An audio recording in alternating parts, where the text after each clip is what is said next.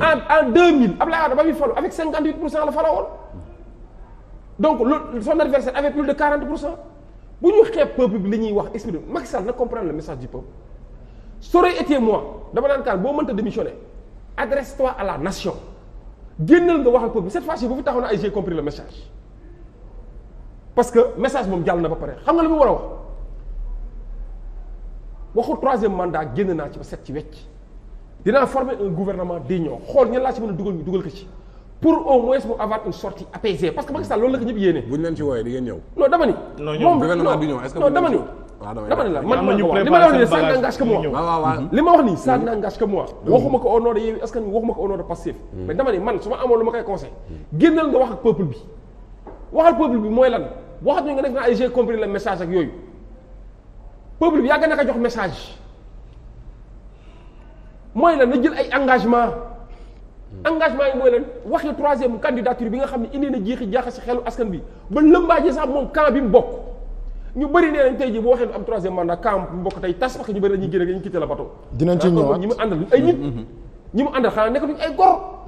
mais pour ma dakaa war a wax ñiy dem nañ dem mu continuer yor Sénégal ba 2024 moo xam ne au moins boo ma débarras bu fekkee man su ma leen la su ma nekkaat candidat mooy tax nga wàcc ma nga wor ma mais demal boo débarras man dinaa continuer yor Sénégal ba 2024 ma jox ko Sénégalais parce que ñoom ñoo ko joxoon ak teraanga ñu mat jox ma ay moyens jox ma plus de 25 000 milliards ma yor ko kon boobu Sénégal su ma koy delloo naa ko delloo te du nekk dans l'abîme dara du yàq dara du tuuru beneen bi mooy gouvernement bi muy teg bu mu nekk un gouvernement de politiciens na nekk gouvernement xam day liggéey. parce que Macky Sall cette fois-ci dañoo soxla gouvernement xam day liggéey gouvernement bi day liggéey suñu gouvernement depuis 2012 liggéey rek la ñuy def dañoo bàyyi yi ñuy def ñetteel bi mooy gis nga kii si li nga ma laaj. cas Guy Marius Sagna wala. cas Guy Marius Sagna ak ñeneen ak ñeneen ak ñeneen. revenir ci loolu surtout. xam nga dama ni juridiquement dafa am article si ma jëm L142 du code électoral si je peux me tromper du chiffre de l'article Macky Sall en 2018 daf ko modifié. L141 L131. daf ko modifié L130 modifié ko. ba mu ko modifié dafa amoon ay cibles parce que y avait un Karim Wade qui avait été condamné. un Khalifa Sall qui avait été condamné. muy noonu lay defee ba créer benn verrou tëj leen ba nga xam ñoom duñ bokk. xam nga lu mu def toute personne condamnée pour des histoires de deniers publics. pour abus de confiance du boo na ko ci escroquerie et tout autre délit. waaw parce que enrichissement illicite bokk ci woon. voilà léegi bu ñu nee tout autre délit. pour infraction économique et financière rek tout autre délit xoolal tout autre délit. dugal ko ci. mais nag dañuy fàtte xam nga en matière de condamnation il y a ce qu'on appelle des peines complémentaires ak li ñu tuddee ay peines accessoires. gis nga le fait que tu sois déçu de tes droits civiques et politiques dafa war a mën a nekk ay peines complémentaires c'est-à-dire que juge da ko war a prononcer. prononcer ka. mais modification bi nag jarul. voilà modification bi pour une grande partie mais nag xam nga lan moo tax ñoom ñu ngi mën a mënoo si ñoom dara. ñoom du ñu mës a indi ay jugement ou une décision définitive.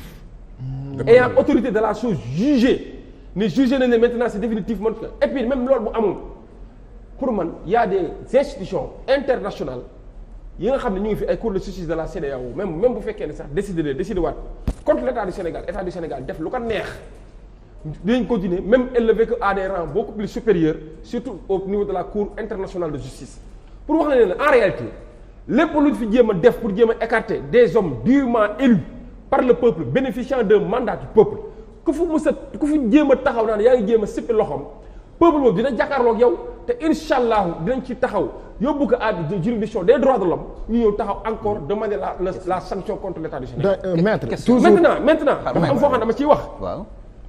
di nga état bi. bari na ñu ko jiite ci régime en place en fait ñu ci bëri ay bandits lañ.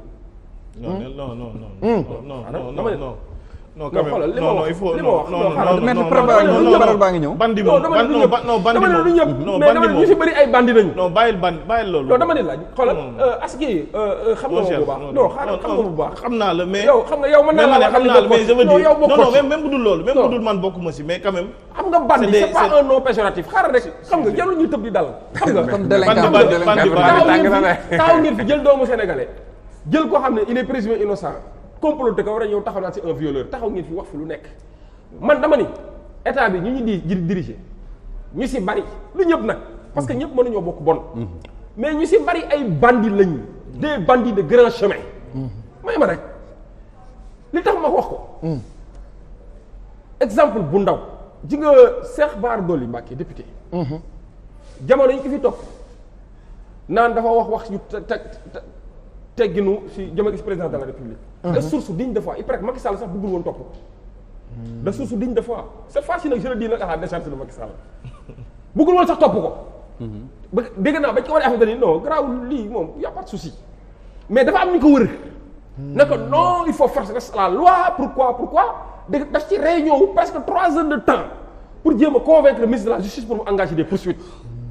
kon yéen am ngeen pour wax la ne la ay non sëñ bi nag on est bien informé nag attention pour wax ne la ay bandits c'est-à-dire ñoo xam ne taal dëkk bi si lañuy seen trouver seen i gagne-pain tey jii ñooy jéem a gëmloo waat Macky Sall ne que non ces élections là bu doon présidentielle la yaay jàll billaahi am na ñoo xam ne dañuy taxaw di ko jéem a gëmloo non on a gagné on va jubiler dégg naa sax am nañu fàq seen biir ne non écoute nañ nangu ndogal te nangu ni dañoo duma ku ko fa wax wala na si ruq am luñ la logal nga génnaat ne non on a gagné li ma la wax nii dafa am na si kenn ci ñoom ku dëkk Médina mais ba bàcc yi commencé di dal lan la def dafa génn dem si benn plateau xaw ma fii la xaw ma fan génne ne non nañ nangu rek duma nañ ñu gagné nañ ñu 24 heures après mu toogaat ci beneen plateau mais il a retourné sa veste gars yi am fi ñu ko jaarale noonu bul wax li bataille communication bataille psychologique dugal na ci yenn considération yoo xam pour wane ni di fooyee encore askan wi. léegi xam nga lan la am nga temps bu doyoon. xam nga lan la dama ni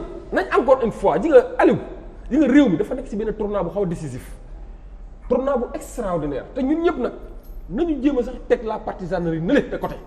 te jéem a waxal peuple parce que ñi nga peuple bi man de dama commencé di ragal peuple bi dañoo jël seen i responsabilité ji nga peuple bii nii da ku ne wax xamal li ngay moo tax bàyyi leen di bàyyi leen moo tax dañu war a bàyyi moo tax da ngeen war a bàyyi di jël place peuple bi non dama ni jëluma place moo tax ma ni la parce que élection yi waru tax ngeen naagu de c'est-à-dire lii ñu déglante rek li nga wax ñu déglante rek jëluñu place peuple bi man li may wax nii xam nga boo xoolee may wax invite lay formuler parce que yéen da ngeen yaakaar ni yéen ay peuple bi Aliou dama ne la Aliou tu es satisfait par rapport ak non d'ailleurs man sax non xaaral la preuve ñi leen voté sax dama leen respecté te sànq sama biir kàddu nee naa leen même seen i député yéen député Benno Bokk Yaakaar nañu respecté ñi leen voté amul député Benno Bokk Yaakaar amul député Yewwi amul député Wallu ay député peuple sénégalais député yi nga xam ne ñoo génne sous la bannière de Benno Bokk wante Yaakaar nag tamit amoon na fi ay député APR ñu doon wax député yi nga xam ne leen élu sous la bannière de ay député Benno Macky Sall Bokk Bokk Yaakaar Yaakaar dama ni nañ jël seen i responsabilité man dama ni nañu delluwaat nag ci peuple dañu la démocratie c'est le gouvernement du peuple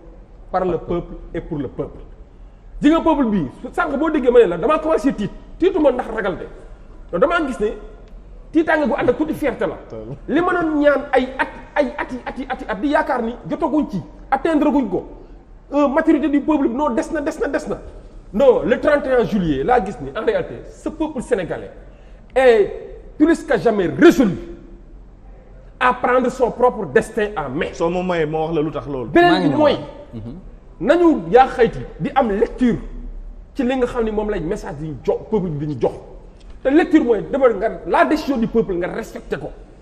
man dinaa la wax lu tax loolu ñaareel bi mooy li am Podor nga xay bañ. waa kay foofu la Podor. Ranérou Louga aussi Matam c'est 4 départements qu'on a Louga sax am na ñaari kii ñaari chiffre Louga. voilà ñi ngi ñëw mais xaaral waaw léegi naa ñëw ci boobu Louga surtout dama ni boobu aussi. Aliou dañu waxante dëgg gis nga xam nga élection 2019 bi am na fi benn ministre de l'intérieur bi fi nekkoon bi ñu propre fermam la créé benn centre de vote Aliou Ngouille loolu am na wala amul mais weddi wuñu ko non non weddi wuñu ko xoolal si toolam la centre de vote bi nekk non xanaa toolam la centre de vote man mii di wax ak yow dem naa ba gisante ay wàll Linguère ñu ne ma effectivement ça existe mais commencé jox ay explication foofu dëkk la xam nga commencé jox ay explication foofu du tool bi dëkk bi waaw non ci biir tool bi ñu déglante rek met bàyyi ko mu dafa am loolu yëpp lu mu wundu woon c'est-à-dire que dafa am fu mu ñu yóbbu fu mu ñu jëme woon te mu ngi nii egsi nañ fa ba loolu amee jour élection lu mu def xam na ne une bonne partie de ce terroir là foofu la ñuy voté dafa dew toog si buntu centre bi maanaam ku dugg gis naa la ku génn gis naa la yéen ñëpp la ngeen waxante ak moom la ngeen ko jëflee genre influence psychologique loolu jéem a dox si ñooñu beneen bi mooy boo ñëwee fu mel ni dëkk yi mën a wax élection yi non xaaral rek fii la toog boo ñëwee non parce que aussi Pape yenn information yi non xam nga yow mënoo ko bàyyi mu jàll non dafa am cadre pour répliquer di nga am ministre de l'intérieur 2019 demul campagne mais di nga am temps pour répliquer. xam nga lii la Aly ñuy Ngouille fii la nekkoon moom moo organisé élection yi. jour élection voté wul ko. ma ne fii la non ma ne dafa dem ñëwaat.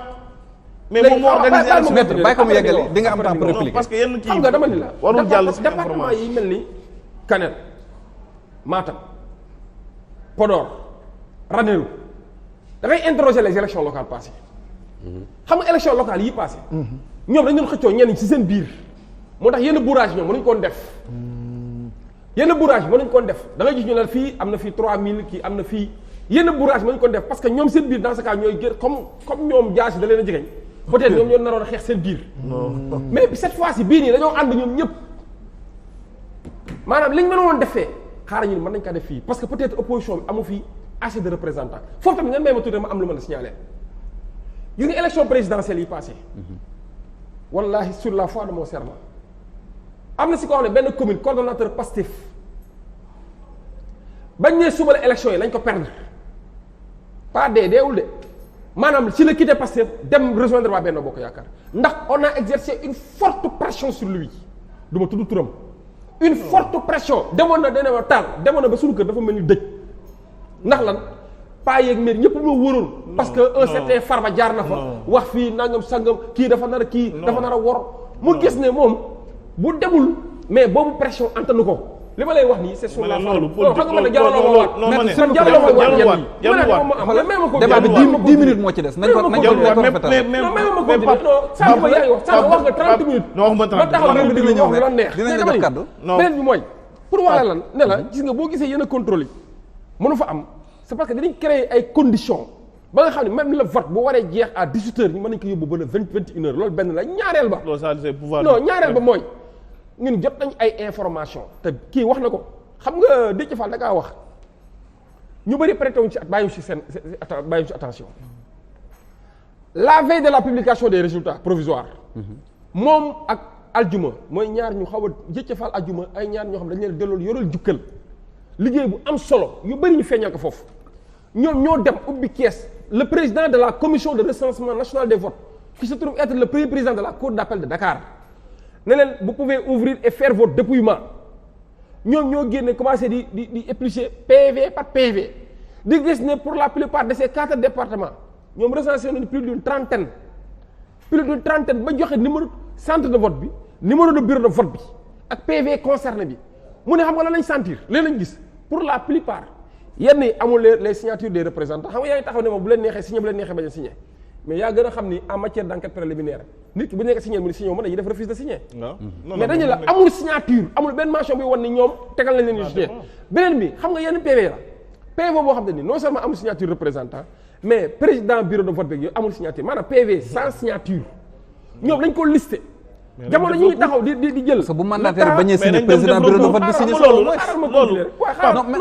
ñëw Pape sama confrère aussi léegi war na daaneel nag dina ñëw ñu ngi daaneel nag conclusion ay ñëw c'est-à-dire ñoom dañoo nekk dans situation boo xam ils ont de constater des forfaitures comme recensement des provisoire PV qui sont en fait qui ne sont plus sincères faites des recours de par leur caractère des PV qui ne font l'objet de sincérité ma ne faites des observations ils avaient listé xaaral dinaa ñëw foofu ils avaient listé un nombre une trentaine de PV c'est le président commission bi ñëw na leen on arrête les travaux jusqu'à demain pour la reprise déglu bu baax li ma lay wax on arrête les travaux reprise demain loolu li ma lay wax nii c'était le jeudi le jeudi parce que vendredi passé su ma juumalee si nañ joxe résultat yi su ma juumalee su ma juumee ngeen rectifier ma jeudi dañ joxe résultat yi donc c'est le mercredi si lañ tenir seen conférence de presse wax ko le lendemain ba ñu ñëwee ils ont reformulé la même demande pour accéder encore au PV au carton c'est le président commission bi ne leen après avoir consulté les 2 membres qui sont juges ne na il oppose une fin de non recevoir waaw loolu c'est ça c'est dégg loolu bi rek xaar rek une fin de non recevoir maanaam li ngeen ma gàntal naa ko ba pare nag ne leen di leen dànkaaf vous mobilisez à prendre une mesure forte ñun dañoo nekk ci état policier. mesure forte quoi loolu fan la ko waxee. yeggali mais loolu fan lañ ko waxee. yeggali dama ni suñuy ma ne loolu fan lañ ko wax. suñu représentant da nga dégg président bi wax loolu. président premier président bi non ma ne. Pape non maa ngi ñëw met maa ngi ñëw. Pape su daanelee rek ma ñëw ci yow. non daaneel dina daaneel ñaan ko mu daaneel. des fois dina am daaneel. représentant sax du doy. non ma ne ñaan ko mu daaneel. maa la ñaan dina taal dina daaneel. taal ay nga méthodes daaneel. yu yor dinañ fexe ba représentant boobu soit dinañ ko moom. taal wala dinañ fexe ba doo fa am représentant. taal man foofu laay waxee. taal wax naa la rappelé naa la ne la en 2019 ni ñu def ak suñu yeneen représentant. ma ne ni ñu leen def ba yenn bureau ma ne yi loolu mooy période ñu def fa bourrage. ma ne yaakaar naa am na benn photo ma ne bu doon circuler sax le jour du vote ay nit toog si bureau ay xale di circuler di voter loolu gis ngeen photo yi ngi doon circuler. non loolu xam c'est des nga montages. da ngay taxaw ne c'est non non loolu c'est des montages loolu ay montages non xaaral ma ñun terminer ñëpp def nañu ay bureau de vote xaaral ma terminer ñun ñëpp dañuy voter. waaw léegi loolu mu ay daaneel rek ñu montages. ñëw ci yow. ma terminer Aliou fan la xale di voter. mais xale may ma terminer xanaa si asamaan si lañ mais nekk. Fouta googu ngay wax su daanelee rek nga jël su daanelee nga jël. baax li may wax non il faut xoolee dama quand même Fouta bi ngay wax ce sont mes parents. non non Moi, je non suis faut pas originaire de stigmatiser Guédé. Moi, bul je suis- faut pas stigmatiser dama lay parce wax que boo perdee Podor am na boo ay perdee jamono. Fouta nga ne dañu fa sàcc élection parti socialiste. boo gañee Ziguinchor wax gi du su loolu. leen déglootawul su leen déglootawul gars yi seetaan duñu comprendre. waxul man maa war a wax sama dafa war a daane la mais non dina ñëw. non Pape na daane non loolu maa koy gérer.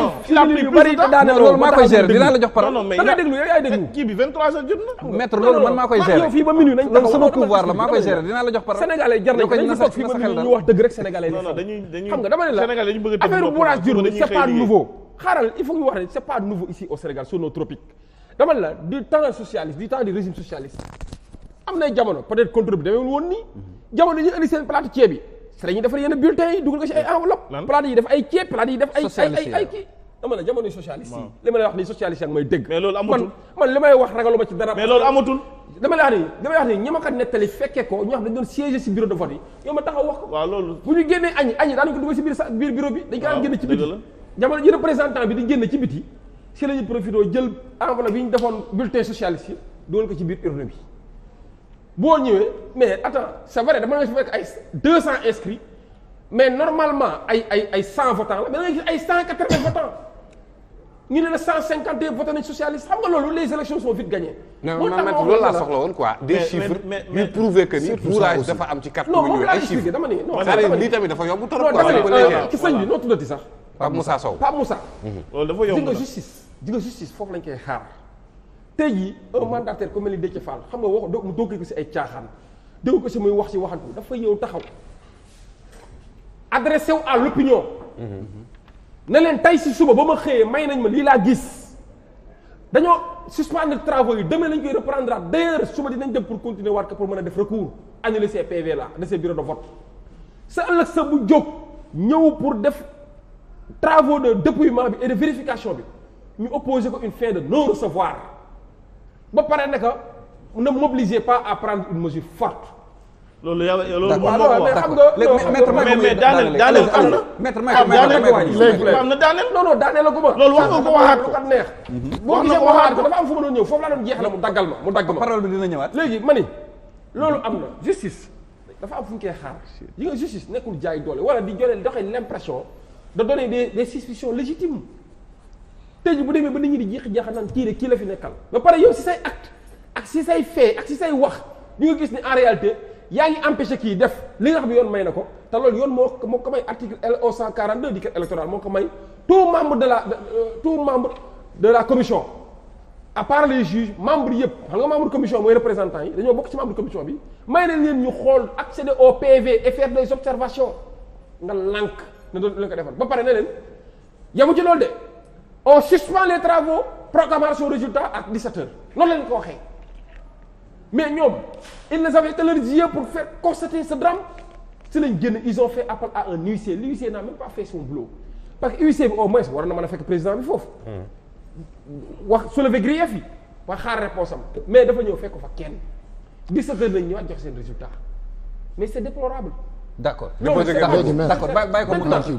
loolu recours du man maa koy def. ok c'est la coalition la conférence des leaders ñoo toog xool améliorer xool dañuy def recours bu ñu defulee recours xayrul bu ñu defee recours tamit dañuy topp recours ba mu jeex. d'accord c'est bon mais dama ne man xaaroon ma dara ci conseil constitutionnel. d'accord merci parce que beaucoup dañoo wane seen xar kanam. merci maître merci jamono ji nga xam ne ñu ngi joxe liste yi jël créer unicité de liste ñëpp xam nañu liste benn la départemental suppléant national yëpp benn liste la c'est la liste de la coalition. indivisible. bu ñëwee ba ñëw taxaw fii nag indi ay liste autonome dem ba suppléant di autonome par rapport à des titulaires mais y a de quoi avoir peur. maître les dernières observations. les dernières observations mooy élection yi ñuy organiser Sénégal ay sénégalais ay responsables ñoo koy organiser yoo xam ne ni c'est pas la première fois ñuy organiser élection